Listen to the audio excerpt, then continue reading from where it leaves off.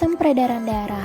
Darah berfungsi untuk mengangkut oksigen, sari-sari makanan, hormon, dan sisa metabolisme, menjaga kestabilan suhu tubuh, serta membunuh kuman yang masuk ke dalam tubuh. Peredaran darah pada manusia merupakan peredaran darah tertutup dan ganda. Peredaran darah terdiri dari peredaran darah besar atau sistemik dan peredaran darah kecil atau pulmonalis. Hukum pertama, kita akan mengukur denyut nadi. Pertama, kita lakukan ketika duduk santai. Biarkan tangan dalam keadaan lemas, lalu peganglah pergelangan tangan kanan. Lalu tempelkan jari telunjuk dan juga jari tengah tepat pada pergelangan tangan tersebut. Lalu tekan sedikit sampai terasa denyutan nadi di pergelangan tangan. Kemudian hitung banyak denyut nadi selama 1 menit dan catat hasilnya. Ternyata denyut nadi per menit ketika duduk yaitu 74 denyut.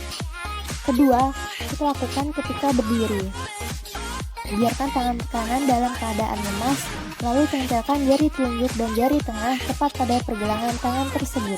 Tekan sedikit sampai terasa denyutan nadi di pergelangan tangan, lalu hitung banyak denyut nadi selama 1 menit.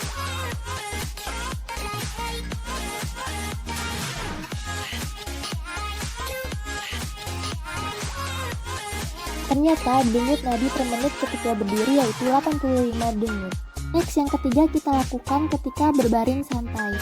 Biarkan tangan dalam keadaan lemas, lalu peganglah pergelangan tangan kanan tersebut dan tempelkan jari telunjuk dan juga jari tengah tepat pada pergelangan tangan tersebut.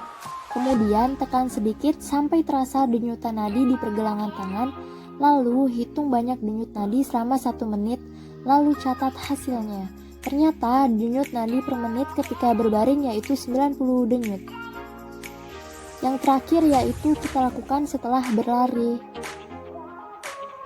Lakukan lari santai, lalu peganglah pergelangan tangan kanan, tempelkan jari telunjuk dan jari tengah tepat pada pergelangan tangan tersebut. Lalu tekan sedikit sampai terasa denyutan nadi di pergelangan tangan.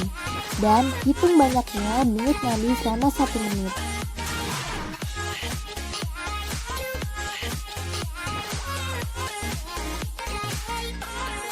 Ternyata denyut nadi per menit ketika setelah berlari yaitu 121 denyut.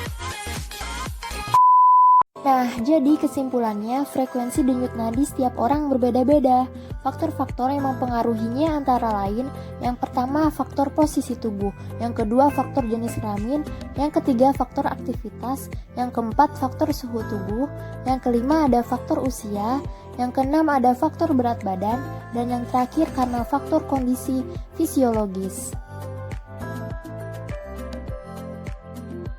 Sistem respirasi. Respirasi atau pernapasan merupakan proses pengambilan oksigen, pengeluaran karbon dioksida, dan sintesis energi melalui reaksi enzim di dalam sel-sel tubuh dengan menggunakan oksigen. Respirasi ini terjadi pada semua makhluk hidup. Praktikum kedua, respirasi pada tumbuhan dan hewan. Alat dan bahan di sini terdapat sendok, air kapur sirih yang telah direndam semalam, 3 botol A, B, dan C, kapas, pewarna makanan, sedotan, plastisin, lalu ada jangkrik, dan tanaman berkecambah atau tauge. Prosedur praktikum. Pertama, ambil kapas secukupnya, lalu masukkan ke dalam botol respirometer yang berlabel A, B, dan C. Setelah semua kapas dimasukkan ke dalam botol A, B, dan C, lalu kita akan masukkan sedikit air kapur sirih ke dalam botol yang berisi kapas-kapas tersebut ke dalam botol A, B, dan C. Masukkan air kapur ke dalam masing-masing botol respirometer tersebut. Lalu kita akan mencoba masukkan beberapa makhluk hidup ke dalam botol A dan B. Pertama, masukkan tanaman kecambah atau tauge ke dalam botol A.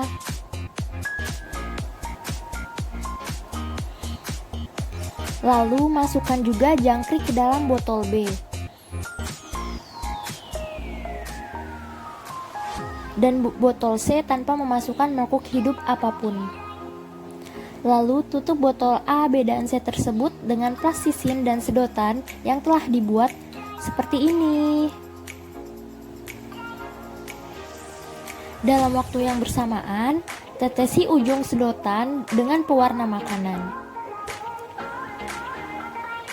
Tetesi pewarna makanan secukupnya pada setiap ujung sedotan botol A, B, dan C. Amati pewarna pada setiap respirometer tersebut dalam keadaan respirometer 3 menit pertama, kedua, ketiga, keempat, dan kelima. Nah, jadi kesimpulannya dari ketiga botol tersebut bahwa botol kedua air berwarna pada respirometer lebih cepat mendekati hewan yang berada di dalam botol dibanding dengan botol pertama. Ini menunjukkan bahwa respirasi yang banyak memerlukan oksigen adalah serangga, sedangkan tumbuhan tidak memerlukan oksigen, melainkan menghasilkan oksigen. Tumbuhan memerlukan karbon dioksida untuk proses fotosintesis. Next, praktikum ketiga tentang respirasi pada manusia. Alat dan bahan di sini terdapat kapur sirih secukupnya dan juga sendok, plastisin, wadah plastik, air, 3 buah botol berlabel A, B, dan C, dan juga 6 buah sedotan. Prosedur praktikum, pertama kita ambil wadah plastik, lalu masukkan air ke dalam wadah sebanyak 250 ml. Tuang air secara perlahan. Lalu ukur air sebanyak 250 ml.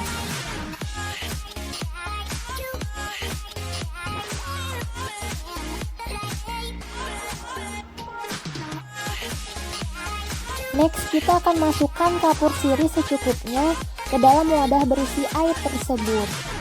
Lalu larutkan hingga menjadi larutan jenuh.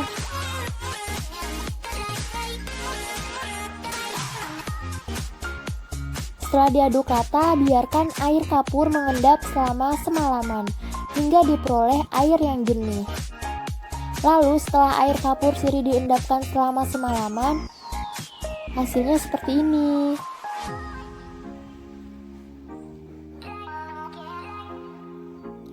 Next, kita akan masukkan air yang jernih ini ke dalam masing-masing botol. Pertama, kita akan masukkan ke dalam botol A, masukkan secara perlahan.